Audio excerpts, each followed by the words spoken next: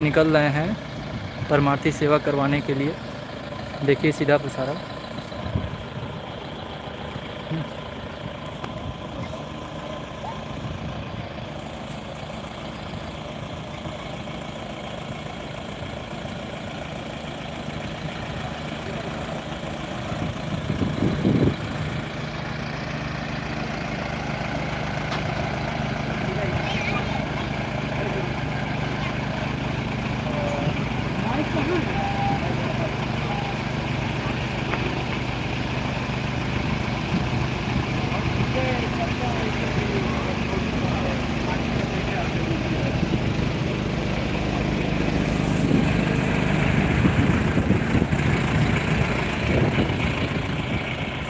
थोड़ा इसको लीजिए तो शेयर कर दें।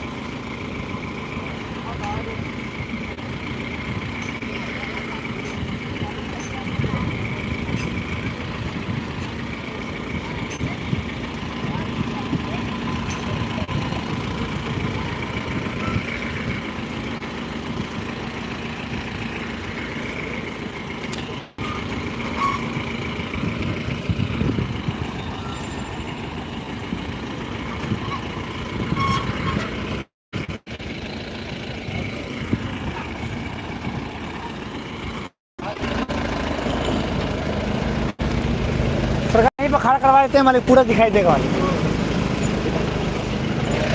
आइए आइए, थोड़ा सा और आगे आइए, यहीं पे लगवाइए।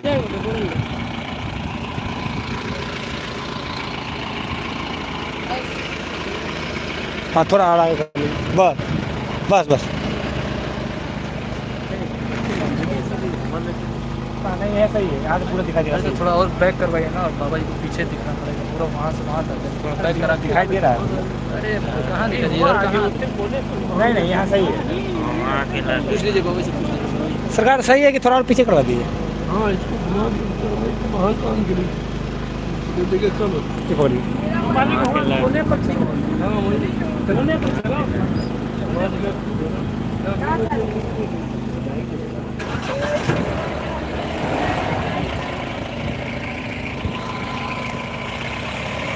पूरा काटिए, झंडा देखिए, झंडा।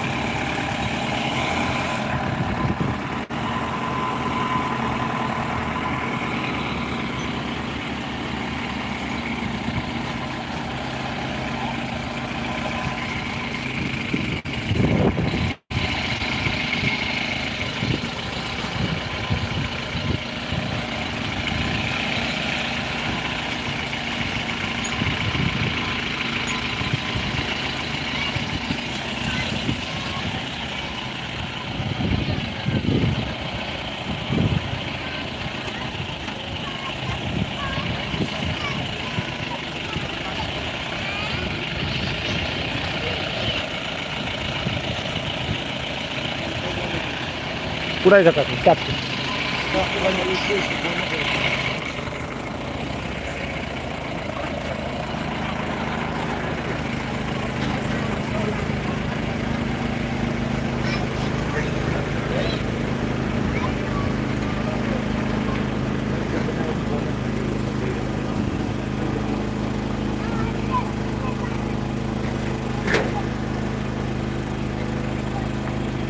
माइक जय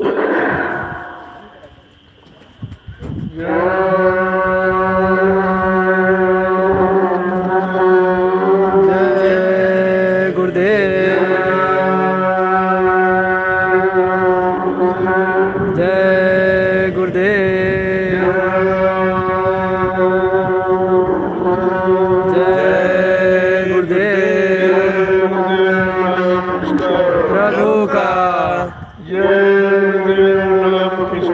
प्रभु का प्रभु का प्रभु का जय गुरुदेव।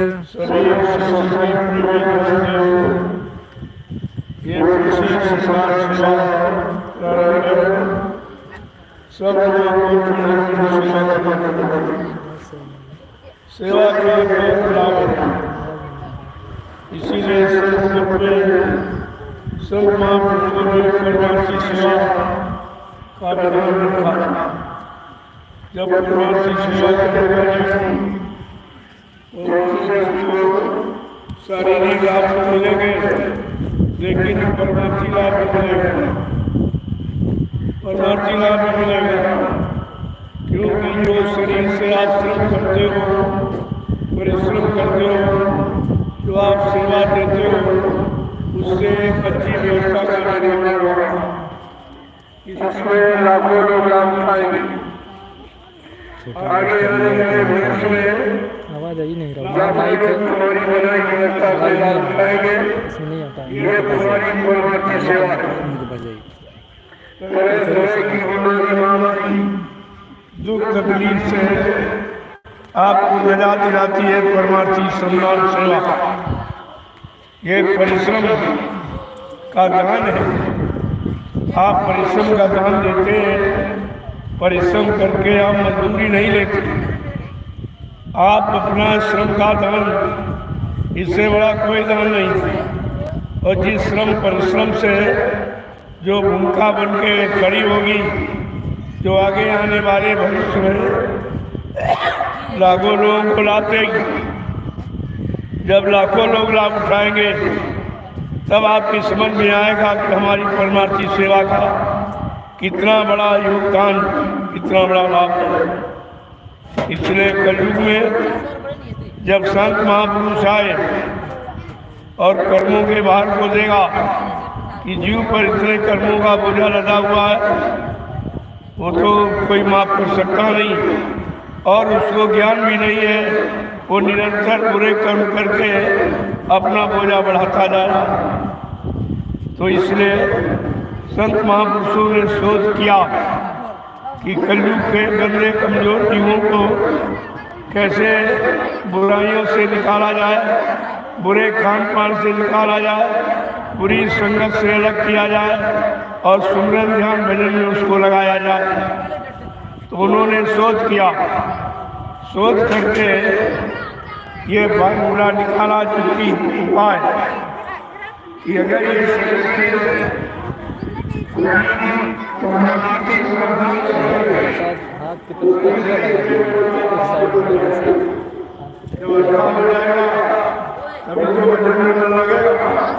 ऐसे कोई वजन अपनी इच्छा से नहीं कर सकता, अपनी शक्ति ताकत से कोई नहीं सकता। वो तो सदगुरु की कृपा पर निर्भर है। जब उनकी कृपा दया होगी तभी आप इससे निजात पा सकते हैं। इसलिए प्रभु ये नित्य प्रति जो आपको कोई न कोई संधान सेवा मिली जाती है, करा दिया जाता है, ये भी आप अपना सौभाग्य समझिए। ये जीवों का सौभाग्य जो हमको परमार्थी सेवा का अवसर मिला। हिंदुस्तान में कहीं चले जाओ, कोई धर्मशाला, कोई मंदिर मस्जिद, कोई आश्रम, लेकिन श्रमदान सेवा कहीं आपको नहीं। कोई शरीर से श्रम तो करवाता नहीं। बीमारी का यही कारण है, जब शरीर से श्रम परिश्रम नहीं करोगे, पसीना नहीं निकलेगा जो खून की को शुद्ध करता है, और पसीना ये खून की गंदगी है, ये बाहर निकल जाती है। कितना सरल उपाय बिना पैसे का, एक खून ब्लड शुद्धि का एक ऐसा काम है परमात्मा के श्रमदान सेवा। हमें दुनिया में इसका लाभ मिला, लोग परिश्रम करते हैं और ठीक हो जाते हैं। ये सब क्या है? ये तुम्हारे श्रम परिश्रम का फल जो आपने किया है, आपको लाभ मिला। शरीर से लाभ शरीर को तो मिला, लेकिन जो शरीर से आप व्यवस्था बना रहे हो, जो व्यवस्था आगे आने वाले लाखों जीवों को लाभ देगी, यही तो सच्चा परमार्थ है और सच्ची परमार्थी सेवा। तो बड़े लगन तन्मयता के साथ हमें आपको सेवा करनी चाहिए। संतों ने कलयुग में हम सब जीवों को काल माया के जाल से निकालने के लिए, कर्म करते के उद्धार कराने के लिए तरह तरह की सेवाएं रखी, जिससे जिससे हमने आपने पाप किया, बुरे कर्म किए, खराब किया, वो सब यानी सेवा से ही वो अदा करा देते हैं।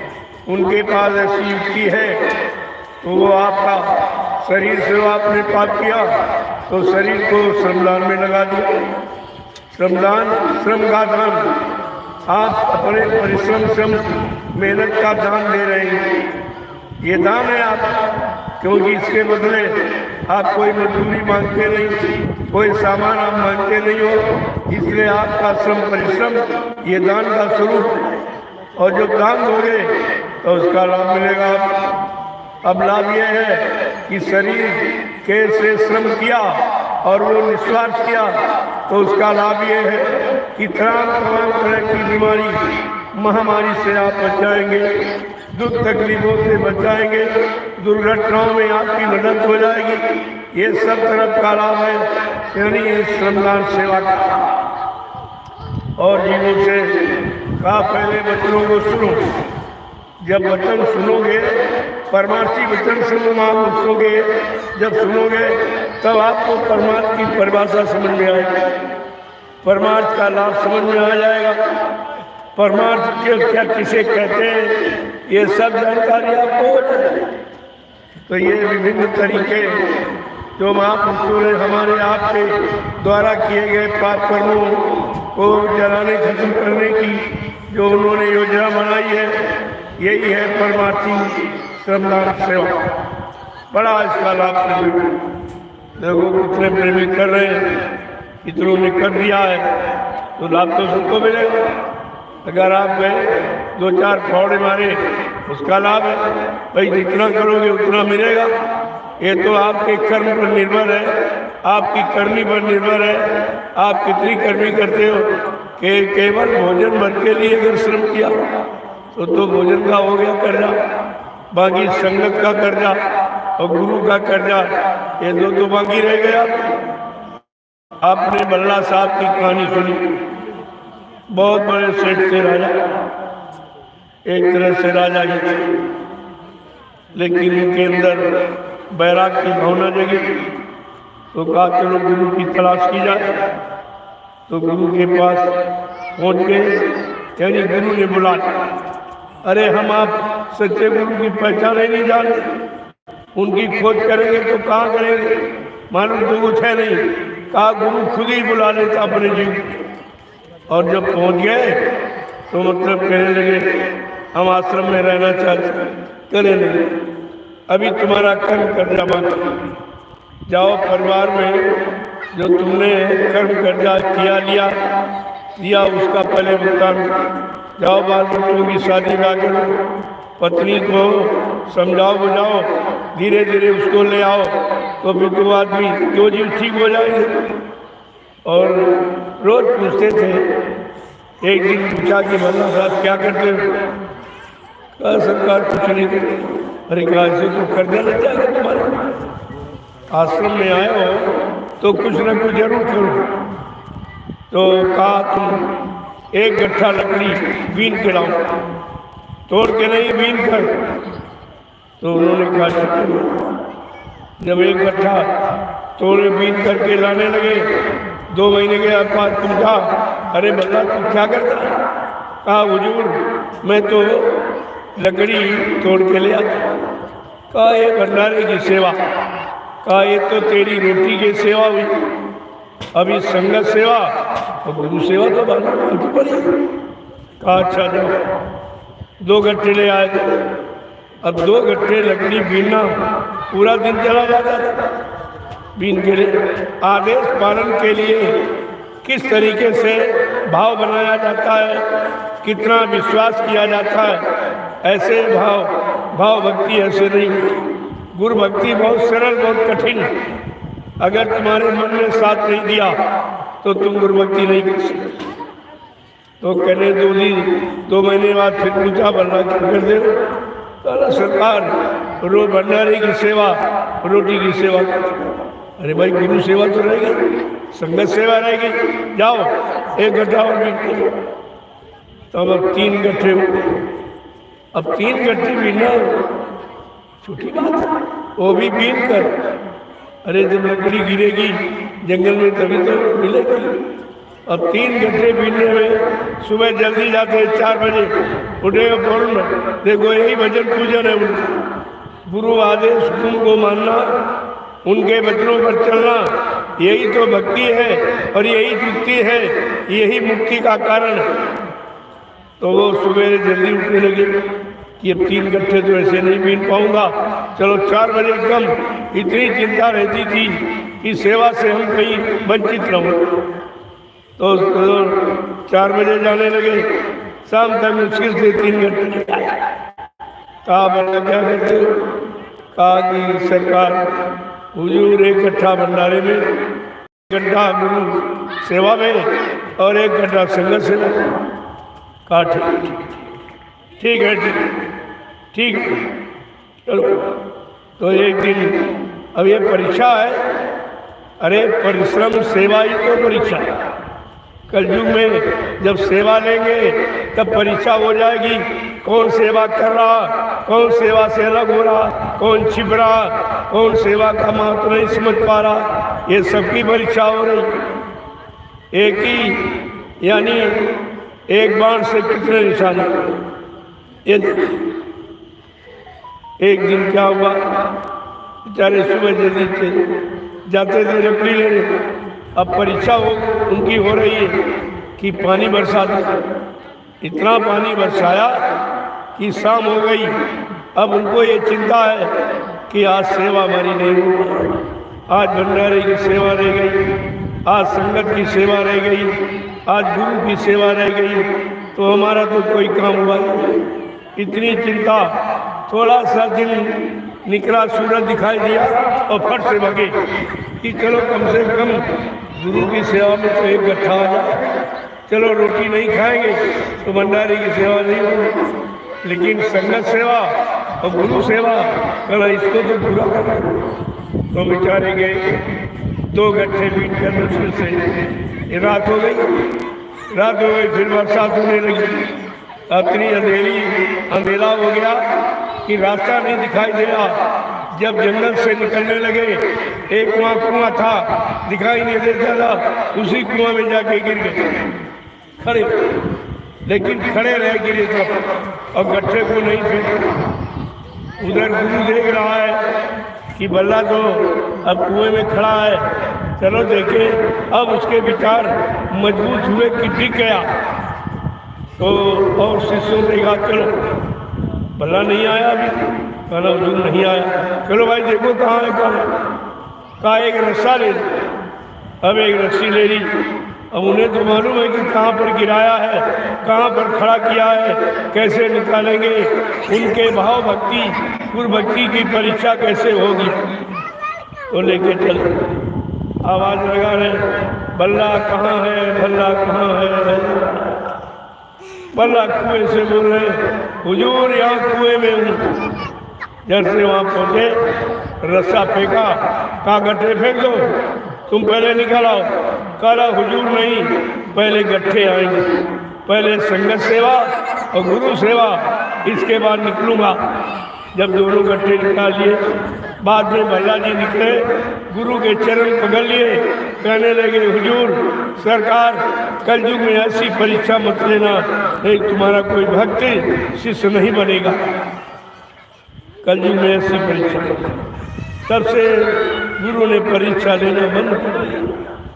लेकिन आज एक नया खेल कि गुरु ने अपनी परीक्षा दी, अपनी परीक्षा दी। कल थी 18 मई, ये लीला की तिथि है, ये करिश्मा, ये खेल की तिथि है। तो मतलब यानी अब लोग कलयुग में तो कहा भाई कमजोर क्या परीक्षा ली जाए, तो कहा चलो हम अपनी परीक्षा देकर इसकी परीक्षा ले लें। जो हम लीला करेंगे देखे इसमें इसका विश्वास घटेगा कि बढ़ेगा, ये अपनी जगह रहेगा। अब ये तटस्थ, ये दृढ़ता मजबूती में है कि नहीं है, इसकी परीक्षा हो। तो क्या हुआ, जब गुरु ने बड़ी परीक्षा दी तो सब हम चेले फेल हो गए, हम सब फेल हो गए, सब के सब। किसी को विश्वास नहीं रहा कि गुरुजी बिना काम किए कैसे चले जाएंगे। अगर चले जाएंगे तो उनका काम का वादा झूठा हो जाएगा, सारे संतों की बदनामी हो जाएगी, सारे संतों पर कलंक लग जाएगा। ऐसा काम कैसे करेंगे? ये मजबूती आप में होनी चाहिए थी, लेकिन सब बेचारे भ्रमित हो गए। एक बार शंका ने सबको झकझोर दिया और इनको विश्वास हो गया कि गुरुजी चले गए। उसी शंका में सब बेचारे मारे मारे घूम रहे, कोई सुनने वाला, कोई दुर्दर दूर करने वाला, कोई संभाल करने वाला, कोई रक्षा हिफाजत करने वाला नहीं दिखाई दे। तो फिर घूम करके फिर आ जाए, जैसे उड़ी जहाज को पंछी पुण्य जहाज पर आवे, मेरो मन अनंत कहाँ सुख पावे। कहा कि जैसे पक्षी समुद्र में जहाज जा रहा, उस पर बैठ गया, अब वो जहाज को छोड़ा कि अरे इस पर जरा दूसरे को देखो, दूसरे पर बैठो। वहाँ तो कोई पेड़ पौधा था नहीं समुद्र में। आखिरकार घूमता रहा, लाचार मजबूर होकर फिर उसी जहाज पर, क्योंकि जहाज ही ले जाएगा और तो कोई पार करेगा नहीं। कहने का मतलब जब नाम जहाज लगाया गया और तुम सब लोग भ्रमित हो गए, नाम जहाज को अपना जहाज, अपना साधन, अपना उपाय आपने समझा नहीं, तो धीरे धीरे धीरे जीव सब जगह गया, लेकिन कहीं गुरु की दया नहीं मिली। गुरु से मिलने वाला लाभ, सुख और शांति कहीं नहीं मिली। अब वो फिर उसी नाम जहाज पर फिर आना शुरू किए कि चलो चलो इससे तो वही अच्छा था।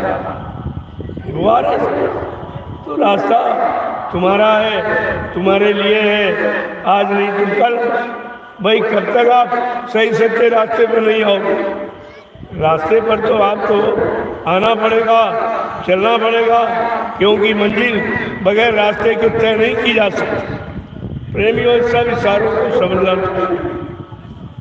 संत बचन अटपटे, झटपट लखे न कोई, जो झटपट लखे तो चटपट दर्शन हो। का बड़े अटपटे हैं, बड़े निराले हैं, बड़े गूढ़ हैं, रहस्य भरे हुए हैं। अगर किसी ने समझ लिया और चल पड़ा तो एक न एक दिन अपनी मंजिल पर पहुंच जाएगा।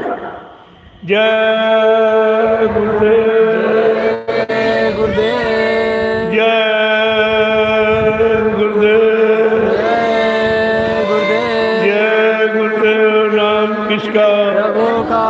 प्रभु का प्यारा नाम। जय गुरुदेव। जोर से बोले जय गुरुदेव। सब मिल बोले जय गुरुदेव। बोलना होगा जय गुरुदेव। अभी से बोले, जय गुरुदेव। दुख दर्द हरेंगे, जय गुरुदेव। सब कष्ट मिटेंगे, जय गुरुदेव। सुख शांति मिलेंगे। जय गुरुदेव। सबके दाता, जय गुरुदेव। सबके मालिक, जय गुरुदेव। प्रेम से बोले जय गुरुदेव। ये नाम नहीं इंसान का, ये नाम है प्रभु का, ये काम नहीं इंसान का। ये काम है प्रभु का। अब ये परिवर्तन, सच्ची सुख शांति देना इंसान के बस की बात नहीं है।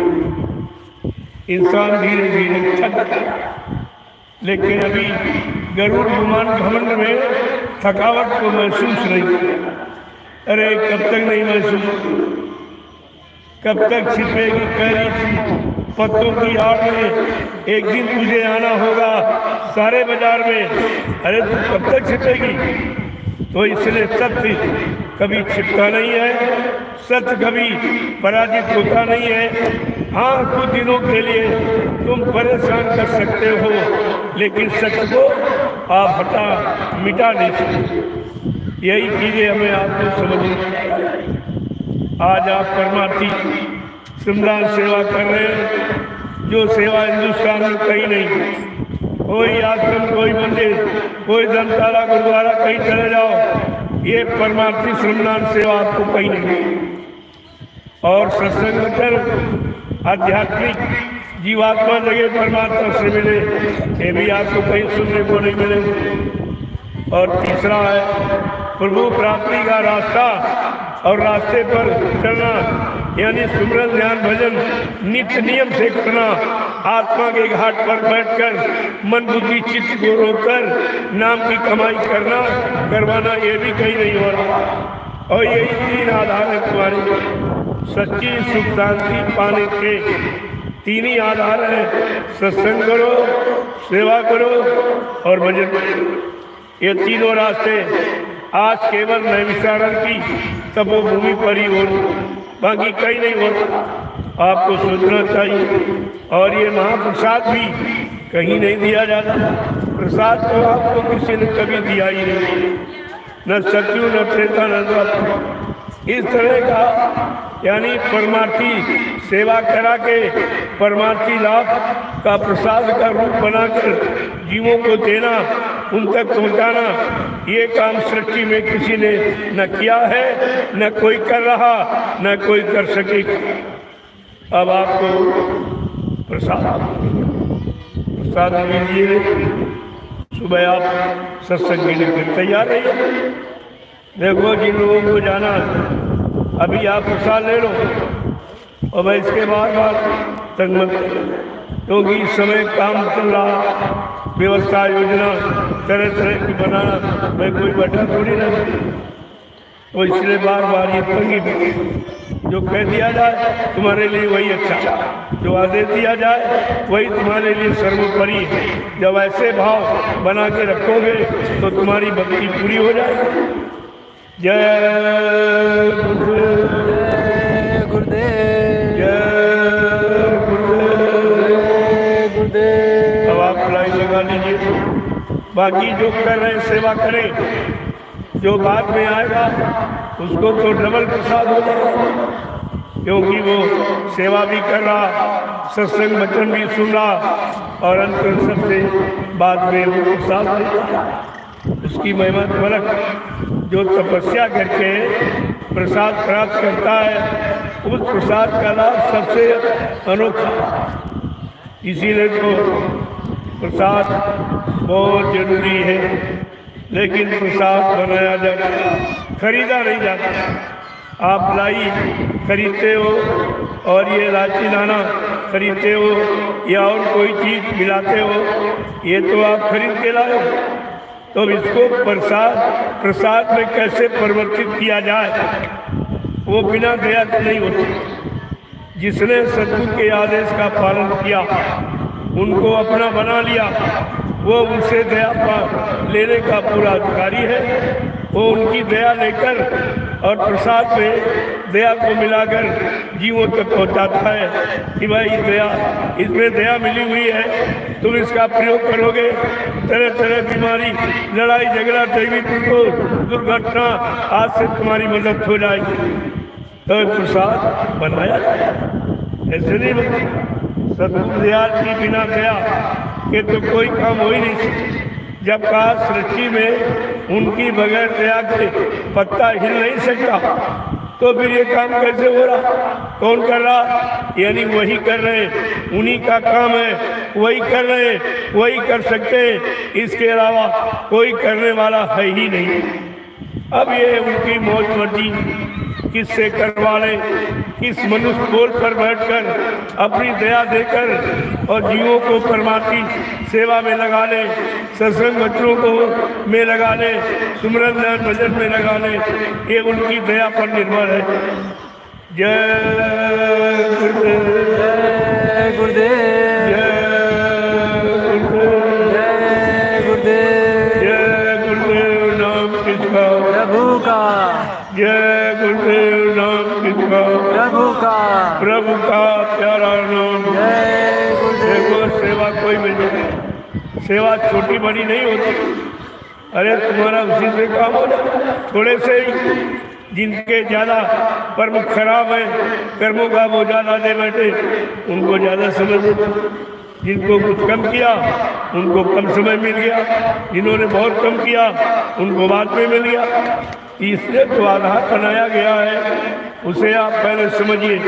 तुम हिंदुस्तान में कहीं चले जाओ, कोई प्रसाद आपको नहीं देगा। यहाँ तो गली गली बांटा गया, हिंदुस्तान में गली गली प्रसाद बांटा गया, ये सब जानते।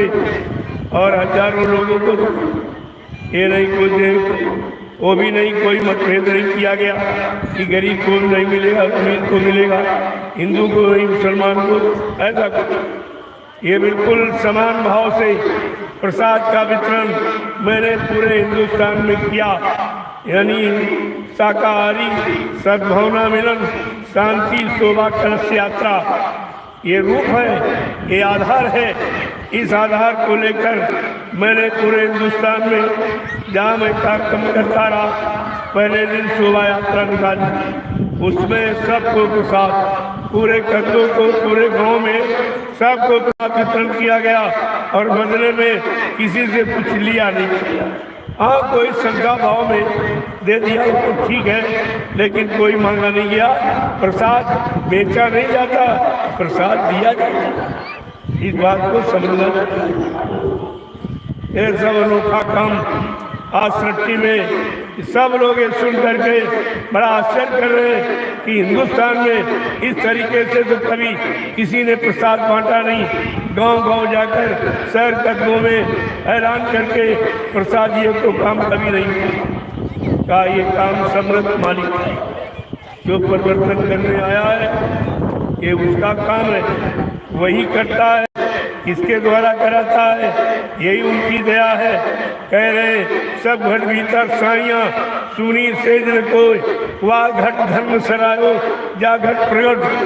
सारे घट में कहते जीवात्मा बैठी है, लेकिन वो घट धन्य है जिस घट से मेरा संदेश प्रसारित होता है, मेरा ये सब काम परमात्मा का कराया जा रहा, वो घट मेरा ही घट, वो घट खास खुदा का और किसी। तो माध्यम को हमेशा बनाया, माध्यम समकक्षी होता, जो समकक्षी होगा वही उसका काम करेगा, वही उसको लाभ दे सकता, बाकी सब नहीं दे सकते। ये सब आपको समझना चाहिए। जय गुरुदेव। देखो, ये सेवा करने आया, कराने सिखाने आया, वो कभी गुरु नहीं बनता, न अपने को गुरु कहता, न संत गुरु कहता, न कोई मतलब महात्मा कहता। कहता भाई हमारा, हमें सेवा का काम मिला है, मैं ये सेवा कर रहा हूँ। और जो लोग यानी कहने पर सेवा कर रहे हैं, उनकी ये सेवा प्रसाद से हो रही है। बात तो समझने की है। वो कभी कुछ नहीं बनती, उनको बनने की क्या जरूरत। तो मैं तो, हमें जो हुक्म आदेश गुरु का मिला है, मैं वो काम आपके सामने कर रहा हूँ।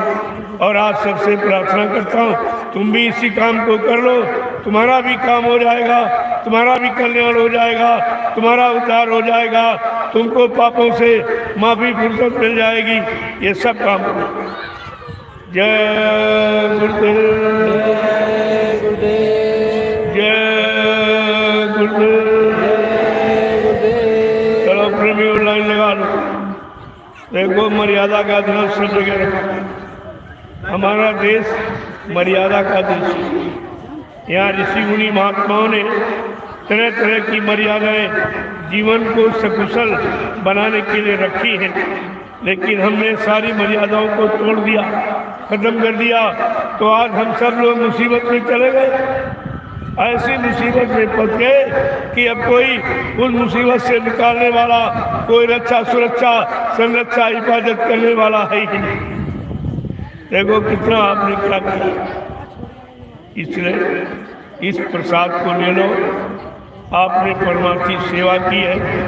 मैं ऐसे परमार्थी सेवा करने वालों को प्रणाम करता हूँ, नमन करता हूँ, उनका दर्शन करता हूँ और उनको महाप्रसाद देता हूँ।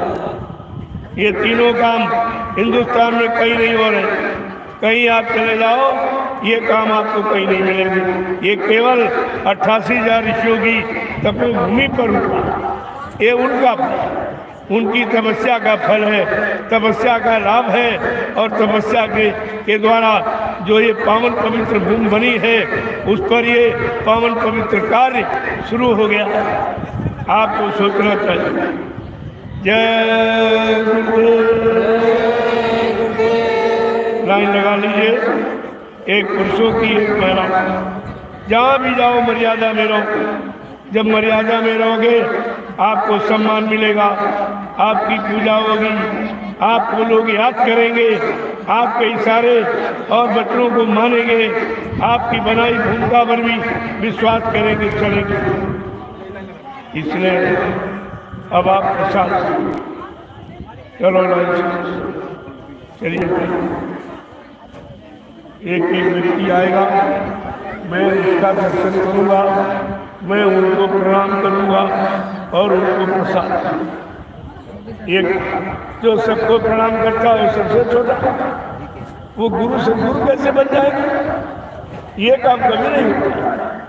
अब आप समझ नहीं पा रहे। वो तो लोगों की श्रद्धा, सेवा भाव, जिनको लाभ मिलता कहीं से, कुछ दिखाई देता, कुछ सुनाई देता, कुछ एहसास कर रहे, वो तो अपनी आस्था का परिचय किसी रूम में दे सकते। आस्था कभी बिगाड़ी नहीं जा सकती और जबरदस्ती आस्था पैदा नहीं की जा सकती। इसलिए आस्था का तो विषय है। और ये भारत देश, ये तो आस्थावान देश ही। यहाँ तो पत्थर में आस्था भगवान मानते। क्या तुम उनकी आस्था को मिटा सकते हो? पत्थर को प्रणाम करते हैं, क्या तुम उनकी आस्था, श्रद्धा, सेवा भाव को मिटा सकते हो? घर में कागज कैलेंडर टांगे हैं, आरती पूजा करते, क्या उनके भाव को तुम खत्म कर सकते हो? और ये तो चेतन पूजा आपके सामने, इसमें दुविधा की क्या बात? इसमें शंका संदेह भूल भ्रम की क्या बात?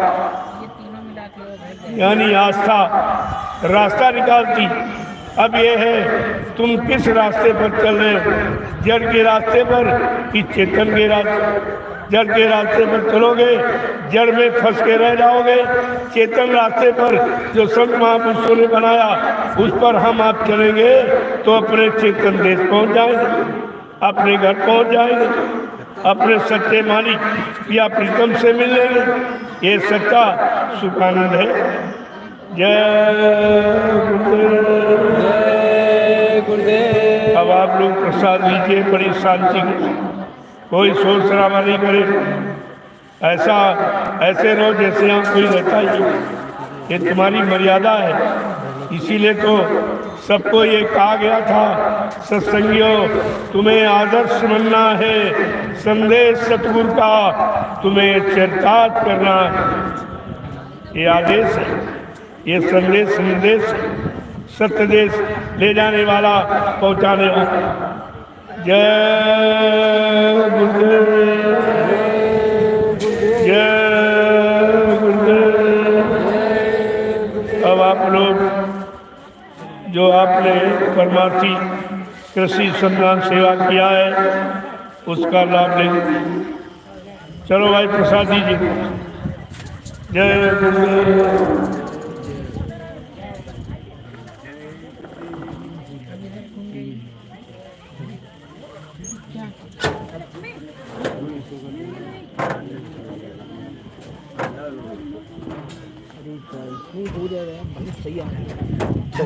चलते हैं अभी। अरे वाईफाई यहीं तक नहीं आ रहा है, बड़ी बात ये पता नहीं क्या नहीं आ रहा है इसमें। हाँ यार इसका 50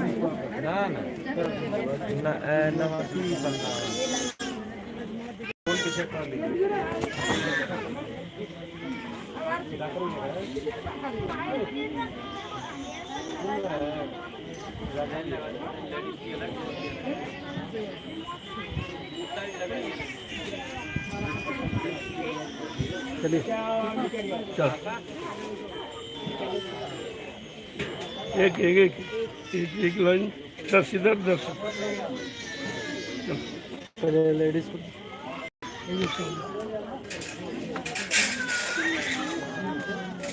आगे प्रसाद ले लिए बट चलिए जल्दी जल्दी आइए।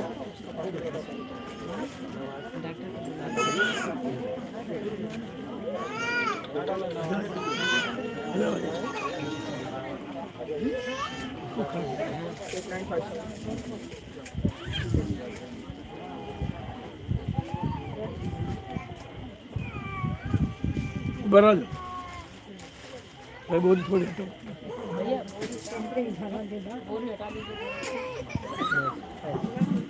चलिए चलिए चलो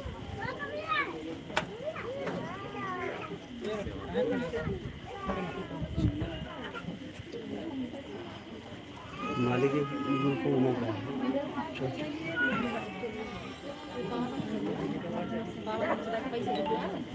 कोई हो जी मालिक वही कर रहे हैं। तो चलेगा नहीं अब तो यही सेवा है। जी मालिक लेडीज का लाइन लगा दो लाइन लगी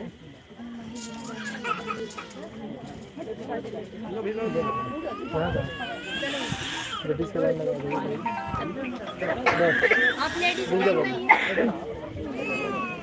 दो कहाँ बीच में लग रही है इतने दो पीछे लगिए कहाँ जा रहे हैं चलो तो कोई बात नहीं क्या करें? लाइन से लगा दो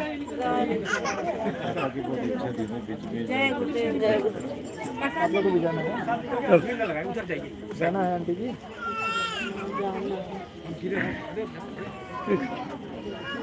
जब